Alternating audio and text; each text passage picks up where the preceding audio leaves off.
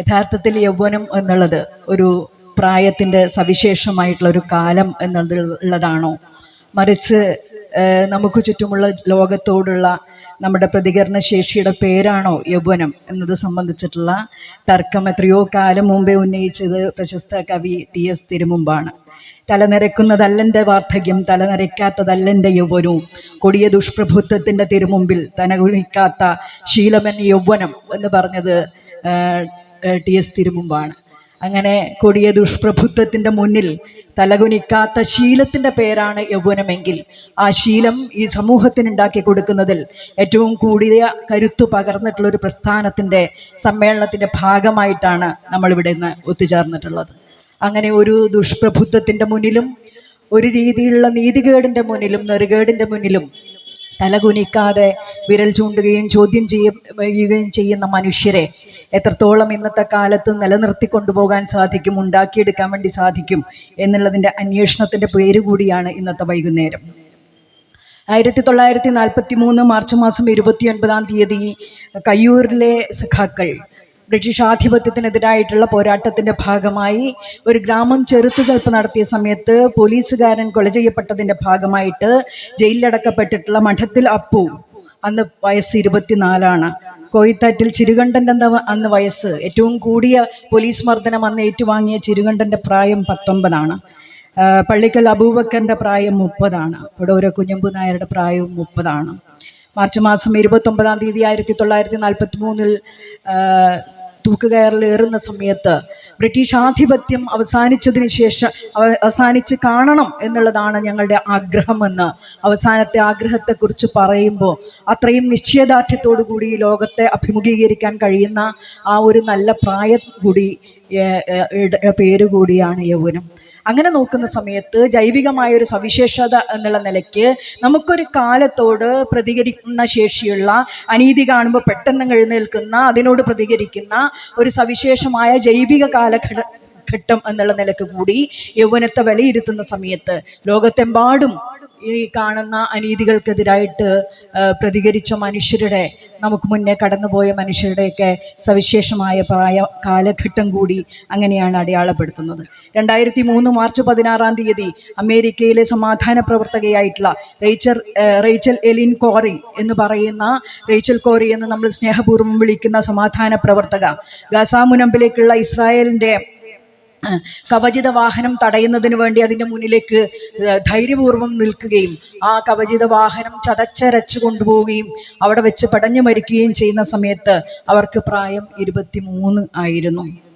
British ആധിപത്യത്തിനെതിരായിട്ടുള്ള പോരാട്ടത്തിൽ ഏറ്റവും വലിയ ധീര വിപ്ലവകാരിയായിട്ട് വിദ്യാർത്ഥികളും യുവജനങ്ങളും എന്നും ആവേശത്തോടു കൂടി വിളിക്കുന്ന ഒരു രക്തസാക്ഷിയുടെ പേര് ഖുദിറാം ബോസ് എന്നുള്ളതാണ്.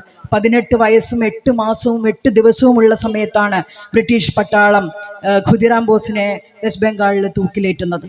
ഇങ്ങനെ ഈ നിലയ്ക്ക് ഒരു പ്രത്യേക സവിശേഷ കാലഗണനയ്ക്കകത്ത് നിന്നുകൊണ്ട് സമൂഹത്തിലെ തിന്മകൾക്കെതിരായിട്ട് പോരാടാനുള്ള കരുത്തിൻ്റെ പേരാണ് യൗവനമെങ്കിൽ ആ കാലത്ത് നിന്നിരുന്ന തിന്മകൾക്കെതിരായിട്ടൊക്കെയുള്ള പോരാട്ടമുഖത്ത് മനുഷ്യരുണ്ടായിരുന്നു. ആ മനുഷ്യർക്ക് നേതൃത്വം നൽകുന്നതിന് വേണ്ടിയിട്ട് ഉണ്ടായിരുന്നത് ഈ സവിശേഷ പ്രായഗണനയ്ക്കകത്തുള്ള മനുഷ്യരായിരുന്നു, യുവാക്കളായിരുന്നു, യുവതികളായിരുന്നു എന്ന് നമുക്ക് കാണാൻ കഴിയും.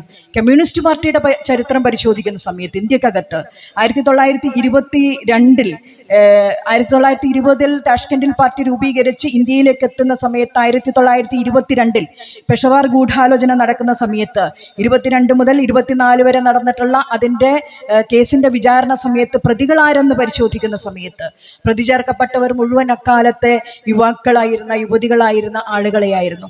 കമ്മ്യൂണിസ്റ്റ് ആശയത്തിൽ വിശ്വസിക്കുന്ന, സോഷ്യലിസ്റ്റ് ചിന്താഗതിക്കാരായിട്ടുള്ള മുഴുവൻ മനുഷ്യരെയും പെഷവാർ ഗൂഢാലോചനയിൽ പ്രതി ചേർക്കുന്നതിന് വേണ്ടി അന്നത്തെ ബ്രിട്ടീഷ് സംവിധാനങ്ങൾ ശ്രമിച്ചു.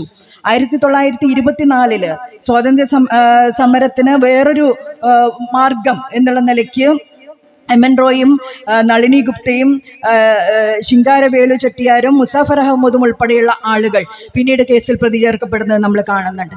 1929 മുതൽ 1933 വരെ ഇന്ത്യക്കകത്ത് നടന്ന റെയിൽവേ സമരത്തിനകത്ത് വധശിക്ഷയ്ക്ക് വിധിക്കപ്പെട്ടിട്ടുള്ള ആളുകൾ ഉൾപ്പെടെയുള്ള ആളുകളുടെ പ്രായഗണന പരിശോധിക്കുന്ന സമയത്ത് എന്തുമാത്രം യൗവനത്തിൽ കൂടെ കടന്നുപോയിട്ടുള്ള മനുഷ്യരാണത് എന്ന് നമുക്ക് തിരിച്ചറിയാൻ വേണ്ടി പറ്റും. ഈ എല്ലാ ഗൂഢാലോചനകളുടെ ഭാഗമായിട്ടും അവർ കരുതിയിരുന്നത് ഇതോടുകൂടി ഈ തിന്മകളെ എതിർക്കുന്ന, നന്മകൾക്ക് വേണ്ടി ചാടി വീഴുന്ന, അതിനുവേണ്ടി പോരാടുന്ന മനുഷ്യരെ അങ്ങ് ഇല്ലാതാക്കി കളയാം എന്നുള്ളതാണ് ഈ ഗൂഢാലോചനകളുടെയും കേസുകളുടെയും വധശിക്ഷകളുടെയും ഒക്കെ ഭാഗമായിട്ട് കരുതിയിരുന്നത്. കയ്യൂർ സഖാക്കളുടെ പ്രസ്ഥാനം, ഞാൻ കഴിഞ്ഞ ദിവസം കയ്യൂർ പഞ്ചായത്ത് പ്രസിഡന്റായിട്ടുള്ള ഞങ്ങളെയൊക്കെ കാലത്ത് SFIയുടെ നേതാവായിട്ടുള്ള വത്സേട്ടൻ മരിച്ച സമയത്തുള്ള വാർത്ത വായിച്ച സമയത്ത് പഞ്ചായത്ത് പ്രസിഡന്റായിരുന്നു സഖാവ് KP വത്സൻ. സഖാവ് മരിക്കുന്ന സമയത്ത് അദ്ദേഹം ആ പഞ്ചായത്തിനകത്ത് ആ വാർഡിൽ നിന്ന് എതിരില്ലാതെ തെരഞ്ഞെടുത്ത ജനപ്രതിനിധിയായിരുന്നു. കയ്യൂരിലെ കമ്മ്യൂണിസ്റ്റ് പാർട്ടിയെ അതോടുകൂടി ഇല്ലാതാക്കാമെന്നാണ് ബ്രിട്ടീഷുകാർ കരുതിയിരുന്നതെങ്കിൽ അക്കാലവും പിന്നിട്ട് ഇക്കാലം എത്തുന്നത് വരെ പ്രതിരോധങ്ങൾ തീർത്തുകൊണ്ട് കൂടുതൽ മനുഷ്യരെ അണിനിരത്തിക്കൊണ്ട് കയ്യൂരിലെ കമ്മ്യൂണിസ്റ്റ് പ്രസ്ഥാനത്തിന് വളർന്നു വരാൻ വേണ്ടി കഴിഞ്ഞു എന്നതിന് മറ്റുദാഹരണങ്ങളുടെ നമ്മുടെ മുന്നിൽ ആവശ്യമില്ല. ലോകത്തെമ്പാടും മുതലാളിത്തം അതിൻ്റെ മൂലധന യുക്തിയുമായിട്ട് മുന്നോട്ട് വരുന്ന സമയത്ത് മനുഷ്യനും മാനവിക മൂല്യങ്ങൾക്കും യാതൊരു വിലയും കൽപ്പിക്കാത്ത രീതിയിൽ മാനുഷികത എന്നുള്ളതൊക്കെ അപ്രസക്തമാണ് എന്ന് പറഞ്ഞിട്ടും ഭാവി ലോകം മുതലാളിത്തത്തിൻ്റെതാണ്, മുതലാളിത്തത്തിൻ്റെത് മാത്രമാണ് എന്ന് സോവിയറ്റ് തകർച്ചയെ ചൂണ്ടിക്കാണിച്ചുകൊണ്ട് പറഞ്ഞ സമയത്ത് ഇതോടുകൂടി സോഷ്യലിസം എന്നുള്ള ആശയഗതി തന്നെ ഇല്ലാതായി എന്ന് ലോകത്തോട് പറയാൻ ശ്രമിച്ച സമയത്ത് ലോകത്തെ സോവിയറ്റ് തകർച്ചയുടെ മുന്നിലും സോവിയറ്റ് യൂണിയന്റെ തകർച്ചയുടെ മുന്നിലും ഉയർന്നു നിന്നുകൊണ്ട് ഇതല്ല, ഇത് മുതലാളിത്തത്തിന്റെ ഒരു ചാക്രിക പ്രതിസന്ധിയും അതിന്റെ ഭാഗമായി വന്നിട്ടുള്ള ചില മാറ്റങ്ങളും എന്നതിനപ്പുറത്ത് അത് ആ പരിഷ്കരണങ്ങൾ നടപ്പിലാക്കുമ്പോൾ വന്ന ഇടർച്ച എന്നതിനപ്പുറത്ത് ലോകത്തിന് there is no alternative എന്ന് മുതലാളിത്തം പറഞ്ഞ സമയത്ത് there is an alternative and that alternative is socialism എന്ന് പറഞ്ഞത് DYFIയുടെ ഇവിടെ നടന്ന അഖിലേന്ത്യാ സമ്മേളനത്തിനകത്തായിരുന്നു. ഈ ലോകത്തിന് ബദലുകൾ സാധ്യമാണ് എന്നും സാധ്യമായിട്ടുള്ള ബദൽ സോഷ്യലിസത്തിൻ്റെതാണ് എന്നും ഈ ലോകത്തോട് സോവിയറ്റ് യൂണിയൻ തകർന്നടിഞ്ഞു നിൽക്കുന്ന സമയത്ത് വിളിച്ചു പറയാനുള്ള ഇച്ഛാശക്തി ലോകത്ത് ഏത് രാഷ്ട്രീയത്തിനുണ്ടായി എന്നുള്ള ചോദ്യത്തിനുള്ള ഉത്തരം ഇടതു ശക്തികൾക്കാണ്, ഈ നാട്ടിലെ CPM-നാണ്, ഈ നാട്ടിലെ DYFIക്കാണ് എന്നുള്ള ഉദാഹരണം നമ്മുടെ മുന്നിലുണ്ട്. അന്ന് സോവിയറ്റ് യൂണിയൻ തകരുന്നതിന് മുമ്പ് ലോകത്തിന്റെ 1/3 ഭാഗം സോഷ്യലിസ്റ്റ് ആശയഗതികൾ നിറഞ്ഞു നിന്നിരുന്ന ഒരു കാലത്ത് സോഷ്യലിസം എന്നൊരു ആശയത്തിലേക്ക് ലോകം കുതിക്കുന്നു എന്ന് കരുതിയിരുന്ന ഒരു കാലത്താണ് ഇങ്ങനെയുള്ള തകർച്ചയെ നേരിടേണ്ടി വന്നത്. അന്നിത് അവസാനിച്ചു എന്ന് പറഞ്ഞവർ, അന്നിത് അവസാനിച്ചു എന്ന് പറഞ്ഞ് അട്ടഹസിച്ചിരുന്ന മനുഷ്യരുടെ മുന്നിലേക്ക് ഇന്ന് ലോകം മുന്നോട്ട് വെക്കുന്ന ചിത്രം നമ്മുടെ മുന്നിലുണ്ട്. 1/5 ഭൂലോകത്തിന്റെ 1/5 ഭാഗം സോഷ്യലിസ്റ്റ് ആശയഗതിയിൽ വിശ്വസിക്കുന്ന മനുഷ്യരെ നിയന്ത്രിക്കുന്ന ഭൂലോകത്തിന്റെ ഭൂഖണ്ഡത്തിന്റെ ചിത്രം മാറി മറഞ്ഞ അത് 1/5 ഭാഗത്തിലേക്ക് സോഷ്യലിസ്റ്റ് ആശയഗതികൾ നിറഞ്ഞു നിൽക്കുന്ന ഒരു ലോകത്തിലാണ് നമ്മൾ ഇന്ന് ജീവിക്കുന്നത്. എവിടെയാണ് കമ്മ്യൂണിസ്റ്റ് ആശയഗതി എന്ന് ചോദിക്കുന്നവരുടെ മുന്നിലേക്ക് നമുക്കിതാ തുറന്നു വെക്കാൻ വേണ്ടി കാണിക്കുന്ന നിരവധി രാജ്യങ്ങളുടെ ഉത്തരം നമ്മുടെ മുന്നിലുണ്ട്. ഉദാരവൽക്കരണ സാമ്പത്തിക നയങ്ങളുടെ പരീക്ഷണം മുതലാളിത്തം ആദ്യം നടത്തിയത് അമേരിക്കൻ മുതലാളിത്തത്തിന്റെ പരീക്ഷണശാല അറിയപ്പെടുന്ന രാജ്യമായിരുന്നു നമ്മളുടെ ചിലി. കുഞ്ഞു ചിലി എന്ന് പറയുന്ന ഒരു കുഞ്ഞു രാജ്യത്തിനകത്ത് സാൽവദോർ അലൻഡെ എന്ന് പറയുന്ന അവിടുത്തെ ഭരണാധികാരിയെ അമേരിക്കൻ പട്ടാളം കൊന്നു കുഴിച്ചു മൂടുകയാണ് ഉണ്ടായത്. എവിടെയാണ് കുഴിച്ചു മൂടിയതെന്ന് പോലും വെളിപ്പെടുത്താതെ ഒരു സ്മാരകം പോലും പണിയാൻ സാധിക്കാത്ത വിധം സാൽവദോർ അലൻഡയെ കുഴിച്ചു മൂടുന്നതോടുകൂടി ചിലിയുടെ കമ്മ്യൂണിസ്റ്റ് ആശയത്തെ ഇല്ലാതാക്കാൻ വേണ്ടി കഴിയും എന്നാണ് കരുതിയത്. അന്നത്തെ അവിടുത്തെ മന്ത്രിയായിരുന്ന പാബ്ലോ നെരൂദ, നമുക്കൊക്കെ പ്രിയപ്പെട്ട എൻ്റെ രാഷ്ട്രീയ കക്ഷിക്ക് എന്ന കവിത എഴുതിയിട്ടുള്ള ലോകത്തുള്ള മനുഷ്യരുമായി എനിക്ക് സാഹോദര്യം നൽകി എന്ന് പറയുന്ന രാഷ്ട്രീയ കവിത എഴുതിയിട്ടുള്ള പാബ്ലോ നെരൂദയെ, അന്ന് ക്യാൻസറിന് അടിമപ്പെട്ട് നിൽക്കുന്ന പാബ്ലോ നെരൂദയെ ആശുപത്രിയിൽ വെച്ച് വിഷം കുത്തിവെച്ചിട്ട് കൊന്നിട്ടാണ് എക്സ്ട്രഡിഷൻ കാത്തു നിൽക്കുന്ന പാബ്ലോ നെരൂദയോട് അമേരിക്കൻ സാമ്രാജ്യത്വം പെരുമാറിയത്. കമ്മ്യൂണിസ്റ്റ് ആശയഗതിയുടെ അവസാനത്തെ തരിയെ പോലും ഇല്ലാതാക്കുക എന്നുള്ളതിന്റെ ഭാഗമായിട്ടാണ് പാബ്ലോ നെരൂദയെ ഇല്ലാതാക്കുന്ന രീതിയിലേക്ക് വിഷം കുത്തിവെച്ചൊരു കവിയെ കൊല്ലുന്ന രീതിയിലേക്കുള്ള അവസ്ഥയുണ്ടായത്. എന്നാൽ 49 വർഷങ്ങൾക്ക് ശേഷമുള്ള അനുഭവം നമ്മുടെ മുന്നിലുണ്ട്. ഗബ്രിയേൽ ബോറിക് എന്ന് പറയുന്ന 35 വയസ്സുകാരൻ ഇന്ന് ചിലിയുടെ ഭരണാധികാരിയായിട്ട് വരുന്ന സമയത്ത് 56% വോട്ട് നേടിക്കൊണ്ടാണ് ഗബ്രിയേൽ ബോറിക് ചിലിയുടെ ഭരണാധികാരിയായിട്ട് ഒരു 35 വയസ്സുകാരൻ വിദ്യാർത്ഥി പ്രസ്ഥാനത്തിന് നേതൃത്വം നൽകി വിദ്യാർത്ഥി സമരങ്ങൾ വഴി ആ രാജ്യത്തിന്റെ ഭരണാധികാരിയായിട്ട് വരുന്ന സമയത്ത് കമ്മ്യൂണിസ്റ്റ് ആശയഗതിയിൽ വിശ്വസിക്കുന്ന കമ്മ്യൂണിസ്റ്റ് ആശയങ്ങൾ വീണ്ടും ചിലിയിലെ ഭരണാധികാരത്തിലേക്ക് തിരിച്ചു വരുന്നത് 56% മനുഷ്യരുടെ വോട്ട് നേടിയിട്ടാണ്. ആ മന്ത്രിസഭയ്ക്കകത്ത് പകുതിയിലധികം സ്ത്രീകളുള്ള ഒരു മന്ത്രിസഭയാണ് ചിലിയിലെ ഗബ്രിയേൽ ബോറിക്കിന്റെ മന്ത്രിസഭ. ആ മന്ത്രിസഭയ്ക്കകത്ത് പ്രതിരോധ മന്ത്രിയുടെ പേര് മായ ഫെർണാണ്ടസ് അലൻഡെ എന്നുള്ളതാണ്. നിങ്ങൾ കുഴിച്ചു മൂടിയ ഇല്ലാതാക്കിയെന്ന് വിശ്വസിച്ച സാൽവദോർ അലൻഡയുടെ കൊച്ചുമകളായിട്ടുള്ള മായ ഫെർണാണ്ടസ് അലൻഡെ അവിടെ പ്രതിരോധ മന്ത്രിയായിട്ട് അധികാരത്തിൽ വന്നു. അങ്ങനെ എതിർപ്പുകളെ ഇല്ലാതാക്കാം, പ്രതിരോധങ്ങളെ ഇല്ലാതാക്കാം എന്ന് കരുതി കമ്മ്യൂണിസ്റ്റ് ആശയഗതികളെ ഇല്ലാതാക്കിയ ഇടങ്ങളിലൊക്കെ തന്നെ വീണ്ടും പുതിയ തലമുറയിലുള്ള മനുഷ്യർ, യുവത്വത്തിലുള്ള മനുഷ്യർ ഈ പതാകയുമായി ഈ ആശയങ്ങളുമായി തിരിച്ചു വരുന്ന കാഴ്ച എത്രമാത്രം ഈ സമ്മേളന കാലയളവിൽ CPM-ന്റെ പ്രവർത്തക എന്നുള്ള നിലക്ക്, CPM-നെ സ്നേഹിക്കുന്ന മനുഷ്യരെന്നുള്ള നിലക്ക് നമുക്ക് അഭിമാനവും ആവേശവും പകരുന്നതാണ്. ശ്രീലങ്ക പോലെ നമ്മുടെ അയൽ രാജ്യം, എത്ര ക്രൂരമായ കൊലപാതകങ്ങൾ നടന്നിട്ടുള്ള ഒരു രാജ്യം, കമ്മ്യൂണിസ്റ്റ് ആശയഗതികളെ എങ്ങനെയൊക്കെ ഇല്ലാതാക്കാൻ ശ്രമിച്ചിട്ടുള്ള രാജ്യം, എന്നിട്ടും അനുര കുമാര ദിസനായക എന്ന് പറയുന്ന ശ്രീലങ്കൻ മാർക്സിസ്റ്റ് അധികാരത്തിലേക്ക് വന്ന ചിത്രം നമ്മുടെ മുന്നിലുണ്ട്. ജനാധിപത്യപരമായ മാർഗത്തിലൂടെ ശ്രീലങ്കക്കകത്ത് ചെങ്കൊടി പാറുന്ന ചിത്രം കാണുന്ന സമയത്ത് എത്ര മനുഷ്യരെ കൊന്നില്ലാതാക്കി കഴിഞ്ഞാലും ഈ ആശയത്തിന് വേരുണ്ടാകുമെന്നും അതിങ്ങനെ പടർന്ന് പന്തലിച്ച് ഈ ലോകമെമ്പാടും പടരും എന്നുള്ളതിന് ഒട്ടേറെ ഉദാഹരണങ്ങൾ നമ്മുടെ മുന്നിലുണ്ട്. ഞാൻ പറഞ്ഞു വന്നത് കമ്മ്യൂണിസ്റ്റ് ആശയഗതി ഏതോ ഒരു പഴഞ്ചൻ ആശയമാണ് എന്നും അതിനെ ഇനി ഭാവി ലോകത്ത് പ്രസക്തിയില്ല എന്നുമുള്ള വലതുപക്ഷ അരാഷ്ട്രീയ പ്രചരണങ്ങളുടെ നടുവിൽ നിന്ന് ഭൂമിയുടെ 1/5 ഭാഗം ഇപ്പോഴും കമ്മ്യൂണിസ്റ്റ് ആശയത്തിൽ, സോഷ്യലിസ്റ്റ് ആശയത്തിൽ വിശ്വസിക്കുന്ന മനുഷ്യരാണ്. അത്തരം മുന്നേറ്റങ്ങളെ നിയന്ത്രിക്കുന്നതിനകത്ത് യുവാക്കൾ, യുവതികൾ വഹിക്കുന്ന പങ്ക് ചെറുതല്ല എന്നുള്ളതാണ്. മറിച്ച് ഇന്ത്യ മുന്നോട്ട് വെക്കുന്ന എത്രയോ ഈ മനുഷ്യത്വരഹിതമായിട്ടുള്ള സാധാരണക്കാരന് ജീവിക്കാൻ സാധിക്കാത്ത വിധമുള്ള അന്തരീക്ഷത്തിലേക്ക് നമ്മുടെ നാട് മാറുന്ന സമയത്ത്, അത്തരം സാമ്പത്തിക നയങ്ങൾ വീണ്ടും വീണ്ടും അടിച്ചേൽപ്പിക്കുന്ന സമയത്ത്, പട്ടിണ സൂചികയിൽ 123-ൽ 111-ാം സ്ഥാനത്തേക്ക് നമ്മുടെ രാജ്യം വരുന്ന സമയത്ത്, അങ്ങനെയുള്ള എല്ലാ ഇൻഡെക്സും പരിശോധിക്കുന്ന സമയത്ത് നമ്മുടെ രാജ്യം സാധാരണ മനുഷ്യർക്ക് ജീവിക്കാൻ കഴിയാത്ത രാഷ്ട്രമായിട്ട് മാറുന്ന സമയത്ത് അവിടെയും പ്രതിരോധങ്ങളുടെയും പ്രതിഷേധങ്ങളുടെയും ചെറുത്തുനിൽപ്പുകളുടെയും മുന്നിൽ ആരുണ്ട് എന്നുള്ള ചോദ്യത്തിന് ഒരു തർക്കവും വേണ്ട. ഇന്ത്യയിലെ ക്യാമ്പസുകളാണ് അതിനെ മുന്നിൽ നിന്ന് പല പോരാട്ടങ്ങളെയും നയിച്ചിട്ടുള്ളത്. ഇന്ത്യക്കകത്ത് പൗരത്വ നിയമ ഭേദഗതി വന്ന സമയത്ത്, ഇന്ത്യക്കകത്ത് ദളിത് വിരുദ്ധമായിട്ടുള്ള പലവിധ അതിക്രമങ്ങൾ നടക്കുന്ന സമയത്ത് ഈ രാജ്യത്തിന്റെ ചെറുത്തുനിൽപ്പിന്റെ ഇടങ്ങളേത് എന്നുള്ളതിന് ഇന്ത്യൻ ക്യാമ്പസുകളിൽ നിന്ന് പടർന്ന പല വിധത്തിലുള്ള പ്രതിഷേധങ്ങളാണ് ഇന്ത്യയിലെ തെരുവുകളിലേക്ക് ഇറങ്ങി വന്നിട്ടുള്ളത്. അതുകൊണ്ട് നമ്മുടെ ക്യാമ്പസുകൾ അരാഷ്ട്രീയമായിട്ട് ഇടങ്ങളാകുന്നു എന്നുള്ള ഉത്കണ്ഠയ്ക്കപ്പുറത്തേക്ക് രാഷ്ട്രീയമായി പ്രതികരിക്കുന്ന ക്യാമ്പസുകളായിട്ട് ഇന്ത്യൻ ക്യാമ്പസുകൾ ഇപ്പോഴും നിലനിൽക്കുന്നത് നിശ്ചയമായും ഇത്തരം അനീതികൾക്കെതിരായിട്ട് പ്രതികരിക്കാൻ കഴിയുന്ന ഒരു സവിശേഷ പ്രായ ഘടനയിലൂടെ ക്യാമ്പസുകൾ കടന്നു പോകുന്നു എന്നുള്ളത് കൊണ്ട് തന്നെയാണ്. ഇങ്ങനെ മനുഷ്യർ സംഘടിക്കുന്ന സമയത്ത് അനീതികൾക്കെതിരായിട്ട്, തിന്മകൾക്കെതിരായിട്ടുള്ള പോരാട്ടമുഖത്തേക്ക് മനുഷ്യരിറങ്ങി വരുന്ന സമയത്ത് അവരെ ഭിന്നിപ്പിക്കുന്നതിന് വേണ്ടി പഴയ ബ്രിട്ടീഷുകാരൻ ശ്രമിച്ചിട്ടുള്ള അതേ പദ്ധതികൾ തന്നെ, മതത്തിന്റെ പേര് പറഞ്ഞ് വർഗീയമായിട്ടുള്ള ആശയഗതികൾ അതിശക്തമായിട്ട് മനുഷ്യരിലേക്ക് ഇറക്കി വിടുന്നതിന് വേണ്ടി ഭരണകൂടം തന്നെ ശ്രമിക്കുന്ന ഒരു കാലത്തിൽ കൂടിയാണ് നമ്മൾ കടന്നു പോകുന്നത്. നമുക്കറിയാം, നമ്മുടെ മതരാഷ്ട്ര സങ്കല്പങ്ങൾ മുന്നോട്ട് വെക്കുന്ന മുസ്ലിം ലീഗ് 1906-ൽ ഉണ്ടാകുന്ന സമയത്ത്, 1907-ൽ ഹിന്ദു മഹാസഭ ഉണ്ടാകുന്ന സമയത്ത്, 1924-ൽ RSS ഉണ്ടാകുന്ന സമയത്ത്, 1930-ൽ ജമാഅത്തെ ഇസ്ലാമി ഉണ്ടാകുന്ന സമയത്ത്, ഇതൊക്കെ ഈ രാഷ്ട്രം സ്വാതന്ത്ര്യത്തിന് വേണ്ടിയിട്ടുള്ള പോരാട്ടമുഖത്ത് അതിശക്തമായി അണിനിരക്കുന്ന കാലമായിരുന്നു എന്ന് നമുക്ക് മനസ്സിലാകും.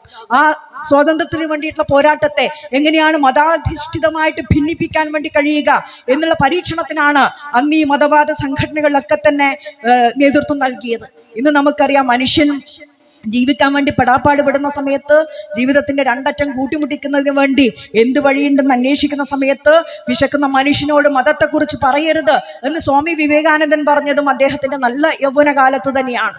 ഇന്ന് വിശക്കുന്ന മനുഷ്യരോട് മതത്തെക്കുറിച്ച് മാത്രം പറഞ്ഞുകൊണ്ട് മനുഷ്യരുടെ മുന്നേറ്റങ്ങളെ, വിശപ്പിനെതിരായിട്ട്, പട്ടിണിക്കെതിരായിട്ട്, തൊഴിലില്ലായ്മക്കെതിരായിട്ട്, ജീവിക്കാനുള്ള അവകാശത്തിന് വേണ്ടി മനുഷ്യർ നടത്തുന്ന സമരമുഖങ്ങളെ ഭിന്നിപ്പിച്ചു നിർത്തുന്നതിന് വേണ്ടി വർഗീയതയെ ഒരു ആയുധമാക്കുന്ന സമയത്തും വർഗീയമായിട്ടല്ലാതെ മനുഷ്യപക്ഷത്തു നിന്ന് ചിന്തിക്കാൻ വേണ്ടി സാധിക്കുന്ന, മതത്തിനപ്പുറത്തേക്ക് മനുഷ്യരെ വിശാലാർത്ഥത്തിലേക്ക് കൈകോർത്തു പിടിക്കുന്നതിന് വേണ്ടി നേതൃത്വം നൽകുന്നതിലും നിശ്ചയമായും ഈ നാട്ടിലെ കമ്മ്യൂണിസ്റ്റ് പ്രസ്ഥാനത്തിന്റെ ഭാഗമായി അണിനിരന്നിട്ടുള്ള വിദ്യാർത്ഥികളും യുവജനങ്ങളും ഉൾപ്പെടെയുള്ളവർ അവരവരുടെ സംഘടനാ പ്രവർത്തനം വഴി അതിനുവേണ്ടി ശ്രമിക്കുന്ന കാഴ്ച നമ്മുടെ മുന്നിലുണ്ട്.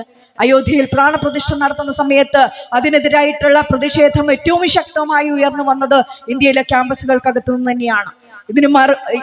ഇങ്ങനെയല്ല ഈ രാജ്യത്തെ പ്രശ്നങ്ങളെ പ്രതിവിധി കാണേണ്ടത് എന്ന് പറയാൻ അതിശക്തമായ വാക്കുകൾ ഉപയോഗിച്ചതും സമരരീതികൾ ഉപയോഗിച്ചതും വലിയ രീതിയിലുള്ള പ്രതിഷേധങ്ങൾക്ക് നേതൃത്വം നൽകിയതും അവരവരുടെ ക്യാമ്പസുകൾക്കകത്ത് കോളേജ് യൂണിയൻ ഇനാഗ്രേഷന്റെ സമയത്ത്, കോളേജ് യൂണിയനുകളുടെ പ്രവർത്തനത്തിന്റെ സമയത്ത് ഇത്തരം ബദൽ പേരുകൾ, ബദൽ സങ്കല്പങ്ങൾ, മതത്തിന് അപ്പുറത്തേക്ക് മനുഷ്യരുടെ ജീവിതത്തെക്കുറിച്ച് സംസാരിക്കുന്ന ഭാഷ, പുതിയ ഭാഷ വളർത്തിയെടുക്കുന്നതിന് വേണ്ടി ക്യാമ്പസുകൾക്കകത്ത് SFI നൽകുന്ന നേതൃത്വം, SFI ഇല്ലായിരുന്നെങ്കിൽ, DYFI ഇല്ലായിരുന്നെങ്കിൽ എന്ന് ഈ നാട്ടിലെ മനുഷ്യർ ആലോചിക്കേണ്ടത് അത്തരം ഘട്ടങ്ങളിലാണ്. മനുഷ്യരെ മതത്തിന്റെ കളത്തിലേക്ക് തളച്ചിട്ട് മനുഷ്യരുടെ ജീവിത പ്രയാസങ്ങൾ ഉയർത്തി നിൽക്കുന്ന സമരങ്ങളെ ഇല്ലാതാക്കാൻ വേണ്ടി ശ്രമിക്കുന്ന സമയത്ത് അതിനപ്പുറത്തേക്ക് മനുഷ്യരുടെ പ്രയാസങ്ങളിലേക്ക്, മനുഷ്യരനുഭവിക്കുന്ന മാനവികതയുടെ മൂല്യബോധങ്ങളിലേക്ക് മനുഷ്യരെ വികസിപ്പിക്കുക എന്നുള്ള ഏറ്റവും പ്രധാനപ്പെട്ട ദൗത്യം ഏറ്റെടുക്കുന്നതിൽ നിശ്ചയമായും വിമർശനങ്ങൾ ഉണ്ടാകാം.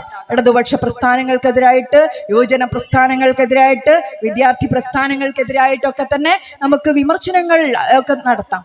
പക്ഷെ അതിനെ ഇല്ലാതാക്കാൻ വേണ്ടിയുള്ള രീതിയിൽ ഇന്നത്തെ മാധ്യമങ്ങൾ നടത്തുന്ന, ഇന്നത്തെ വലതുപക്ഷ ശക്തികൾ നടത്തുന്ന പ്രചരണങ്ങളെ നിശ്ചയമായും എതിർക്കുകയും വിമർശനങ്ങളിൽ കാമ്പുണ്ടെങ്കിൽ അത് പരിശോധിക്കാൻ മാത്രം ശേഷിയുള്ള നേതൃത്വം തന്നെയാണ് SFIക്കും DYFIക്കും ഒക്കെ എക്കാലത്തും ഉണ്ടായിട്ടുള്ളത്. നിശ്ചയമായും അത്തരത്തിലുള്ള ചെറിയ സംഭവങ്ങളെ പർവ്വതീകരിച്ചുകൊണ്ടും SFIയും DYFIയും ഉൾപ്പെടെ നടത്തുന്ന വളരെ പ്രസക്തമായിട്ടുള്ള സാമൂഹ്യ ഇടപെടലുകളെ തിരസ്കരിച്ചുകൊണ്ടും എത്ര കാലം കേരളത്തിലും ഈ നാട്ടിലെ മാധ്യമങ്ങൾക്കും വലതുപക്ഷ ശക്തികൾക്കും മുന്നോട്ട് പോകാൻ വേണ്ടി കഴിയും? അതിനേക്ക് അതിജീവിക്കാൻ കഴിയും വിധം ക്യാമ്പസുകൾ തിരിച്ചു വരുന്നതും ക്യാമ്പസുകൾ അതിനകത്ത് ഇടപെടുന്നതുമായിട്ടുള്ള കാഴ്ചകൾ നമുക്ക് ഏറ്റവും സന്തോഷം പകരുന്നത് തന്നെയാണ്. കഴിഞ്ഞ കോഴിക്കോട് നഗരത്തിനകത്തെ ചില ക്യാമ്പസുകൾക്കകത്ത് SFI ചെറിയ രീതിയിൽ പുറകോട്ട് പോയ സമയത്ത് നമുക്കൊക്കെ പ്രിയങ്കരനായിട്ടുള്ള സഖാവ് പുഷ്പേട്ടൻ, കുത്തുപറമ്പ് രക്തസാക്ഷികളിൽ ഏറ്റവും ഒടുക്കം 6ാമതായ പേരായിട്ട് സഖാവ് പുഷ്പന്റെ പേര് വരുന്നതിന് മുമ്പേ ഉള്ളൊരു ദിവസം പുഷ്പേട്ടൻ ചോദിച്ചിട്ടുള്ള ചോദ്യമാണ്, എന്താ പറ്റിയത് നമ്മളുടെ ഗുരുവായൂരപ്പൻ കോളേജിലെ സഖാക്കൾക്ക് എന്നുള്ളത്. അതിനുശേഷം പുഷ്പേട്ടന് ഏറ്റവും സങ്കീർണമായ ആരോഗ്യാവസ്ഥയിൽ കോഴിക്കോട്ടെ സ്വകാര്യ ആശുപത്രിയിൽ എത്തുന്ന സമയത്ത് സംസാരിക്കാൻ പറ്റിയ അവസാനത്തെ ഘട്ടത്തിലും പറഞ്ഞിട്ടുള്ളത് തിരിച്ചു വരില്ലേ ഗുരുവായൂരപ്പൻ കോളേജിൽ നിന്നുള്ളതാണ്. ഏറ്റവും സങ്കടം തോന്നിയ തിരിച്ചു വന്ന് എല്ലാ സീറ്റിലും SFI ജയിച്ച സമയത്ത് അത് പറയാൻ ജീവനോട് അദ്ദേഹം ബാക്കി ഉണ്ടായില്ല എന്നുള്ളതാണ്. പക്ഷെ അദ്ദേഹത്തിന്റെ പ്രസ്ഥാനം, SFIയെ സ്നേഹിക്കുന്ന പ്രസ്ഥാനത്തോട് നമുക്ക് വിളിച്ചു പറയാൻ വേണ്ടി കഴിഞ്ഞു, ഇതാ തിരിച്ചു വന്നിരിക്കുന്നു SFI എന്നുള്ളത്. SFIയെ നശിപ്പിക്കുന്നതിന് വേണ്ടി, DYFIയെ ഇല്ലാതാക്കുന്നതിന് വേണ്ടി എല്ലാ വലതുപക്ഷ ശ്രമങ്ങൾ നടക്കുന്ന സമയത്തും അതിനെതിരായിട്ട് ചെറുതും വലുതുമായ ചെറുത്തുനിൽപ്പ് നടത്താൻ വേണ്ടി ഈ നാട്ടിലെ DYFIക്കും SFIക്കും ഇപ്പോഴും സാധിക്കുന്നുണ്ട്. ഇവിടെ സരിൻ സംസാരിക്കുന്ന സമയത്ത് സൂചിപ്പിച്ചു, എല്ലാവരെയും അവരവരുടെ ജീവിതത്തിന്റെ ഓട്ടങ്ങളിലേക്ക്, അവരവരുടെ ജീവിതം കെട്ടിപ്പിടിക്കുന്നതിന് വേണ്ടിയിട്ടുള്ള പരിമിതമായ അർത്ഥത്തിൽ മനുഷ്യനെ ജീവിക്കാൻ പ്രേരിപ്പിക്കുന്ന ഒരു കാലത്ത് ആ പരിമിതികൾക്കപ്പുറത്തു നിന്നും മനുഷ്യരുടെ ജീവിതത്തെക്കുറിച്ച് ഉത്കണ്ഠപ്പെടുന്നതിന് വേണ്ടി, അതിനുവേണ്ടി ഇടപെടാൻ സാധിക്കും വിധമുള്ള ഒരു രാഷ്ട്രീയം ഇന്ന് ജീവിക്കുന്ന കാലത്ത് മനുഷ്യരോട് ആര് പറയുന്നു എന്നുള്ളതാണ് പ്രസക്തമായ ചോദ്യം. നിനക്കപ്പുറത്തേക്ക് നിന്നെ വികസിപ്പിക്കാൻ, ഈ നാട്ടിലെ മനുഷ്യരുടെ ജീവിതത്തെക്കുറിച്ച് മനസ്സിലാക്കുന്നതിന് വേണ്ടി, അവരുടെ പ്രയാസങ്ങളിൽ, പ്രശ്നങ്ങളിൽ താങ്ങാവാൻ, തണലാവാൻ, എൻ്റെ ജീവിതത്തിന്റെ എല്ലാ പരിമിതിക്കകത്തു നിന്നും എനിക്കെങ്ങനെ സാധിക്കും എന്നുള്ളൊരു ആലോചന അസാധ്യമാക്കുന്ന ലോകത്ത് ആ ആലോചനയെ സാധ്യമാക്കുന്ന ഒന്നിന്റെ പേരാണ് ഇടതുപക്ഷ വിദ്യാർത്ഥി പ്രസ്ഥാനം, ഇടതുപക്ഷ യുവജന പ്രസ്ഥാനം എന്നുള്ളത്. അതുകൊണ്ട് അതിനെ കണ്ണിലെ കൃഷ്ണമണി പോലെ കാത്തു സൂക്ഷിക്കാൻ ഇക്കാലത്തിന് ബാധ്യതയുണ്ട്. പുതിയ കാലത്തെ മനുഷ്യരെങ്ങനെ ചിന്തിക്കുന്നു എന്ന് ആലോചിക്കുന്ന സമയത്ത്, യൗവനം എങ്ങനെ ചിന്തിക്കുന്നു എന്ന് ആലോചിക്കുന്ന സമയത്ത് അവരവരുടെ നെടുവീർപ്പുകൾക്കപ്പുറത്തേക്ക് അവരെ വികസിപ്പിക്കാൻ എത്രത്തോളം നമുക്ക് സാധിക്കുന്നുണ്ട്. മൂലധനം എല്ലാ അർത്ഥത്തിലും മനുഷ്യ ചൂഷണം നടത്തിയിട്ടാണ് ഇന്നും അത് മുന്നേറിക്കൊണ്ടിരിക്കുന്നത്. പണാധിഷ്ഠിതമായിട്ടുള്ള ഒരു ലോകം കെട്ടിപ്പടുക്കുന്നത് മനുഷ്യോത്ഥാനത്തെ ചൂഷണം ചെയ്തുകൊണ്ടാണ്. അതുകൊണ്ട് നിങ്ങൾ എത്ര പഠിച്ചാലും, നിങ്ങൾ എത്ര മികച്ച തൊഴിൽ മേഖലയിൽ എത്തിപ്പെട്ടാലും, നിങ്ങളെ ചൂഷണം ചെയ്യുന്ന ഒരു മുതലാളിത്ത കാലത്തിനകത്ത് അതിനെതിരായിട്ടുള്ള ചെറുത്തുനിൽപ്പുകൾ ഈ മുതലാളിത്ത സാമൂഹ്യ വ്യവസ്ഥയെ അവസാനിപ്പിക്കുന്നതിന് വേണ്ടിയിട്ടുള്ള പോരാട്ടമാണ് എന്നും, അത്തരം ശാസ്ത്രീയമായിട്ടുള്ള യുക്തികളെ മുന്നോട്ട് വെക്കുന്നതിന് വേണ്ടി എന്തെങ്കിലും ചെറിയതായിട്ടുള്ള ചില പ്രതിക്രിയകൾക്ക് അപ്പുറത്തേക്ക് അതൊന്നും ഒരു മനുഷ്യന്റെ ജീവിതത്തിനകത്ത് വളരെ ചെറിയ രീതിയിൽ മാത്രമേ സാധിക്കുള്ളൂ. ചെറിയ ചെറിയ ഇടപെടലുകൾ. അതിനപ്പുറത്തേക്ക് മനുഷ്യന് മുതലാളിത്ത സാമൂഹ്യ വ്യവസ്ഥക്കെതിരായിട്ട്, അതിന്റെ ചൂഷണത്തിനെതിരായിട്ടുള്ള പോരാട്ടങ്ങൾ ശക്തമാക്കണമെന്ന് പറയുന്ന ഒരു കമ്മ്യൂണിസ്റ്റ് ആശയത്തെ ഇന്ത്യക്കകത്ത് അതിശക്തമായി പ്രചരിപ്പിക്കുന്ന ഒരു പ്രസ്ഥാനം എന്നുള്ള രീതിയിൽ CPM-ന്റെ സമ്മേളനങ്ങൾക്ക് വലിയ പ്രസക്തിയുണ്ട്. അതുകൊണ്ട് തീർച്ചയായും ഈ നാട്ടിലെ യുവാക്കളുടെ മനസ്സിലേക്ക് മാത്രമല്ല, കൊടിയ ദുഷ്പ്രഭുത്വത്തിന്റെ തിരുമുമ്പിൽ തനകുലിക്കാത്ത ശീലമൻ യൗവനമെന്ന് ഈ നാട്ടിലെ 90-കൾ കഴിഞ്ഞിട്ടുള്ള മനുഷ്യരെ പോലും നരച്ചതും വാർദ്ധക്യത്തിന്റെ പടുകുഴിയിലേക്ക് കാലുനീട്ടി നിൽക്കുന്ന മനുഷ്യരോട് ഉൾപ്പെടെ ഇതിനെതിരായിട്ടുള്ള പോരാട്ടങ്ങളാണ് ഇനിയുള്ള പോംവഴി എന്ന് നമുക്ക് അവരോട് പറയാൻ സാധിക്കണമെങ്കിൽ ആ യൗവനത്തിലേക്ക് നമുക്ക് ഓരോരുത്തർക്കും ഉയരാൻ സാധിക്കേണ്ടതുണ്ട്.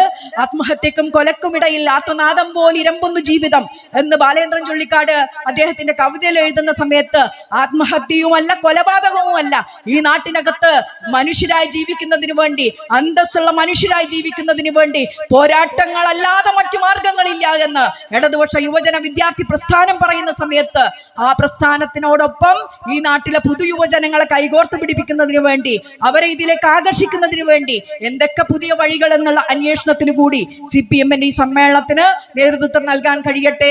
എല്ലാ മനുഷ്യരെയും യൗവനത്തിലേക്ക് ഉയർത്തും വിധം പ്രതിരോധത്തിന്റെ, പ്രതിഷേധത്തിന്റെ അഗ്നി മനസ്സിൽ സൂക്ഷിക്കാൻ, അത് ആളിക്കത്തിക്കാൻ കഴിയുന്ന ഒരു കാലത്തിൽ കൂടി കടന്നു പോകുമ്പോൾ അതിനെല്ലാവർക്കും സാധിക്കട്ടെ. എല്ലാവരും യുവാക്കളും യുവതികളുമായി മാറട്ടെ എന്ന് മാത്രം പറഞ്ഞുകൊണ്ട് നിങ്ങളെ അഭിവാദ്യം ചെയ്തുകൊണ്ട് ചുരുക്കുന്നു.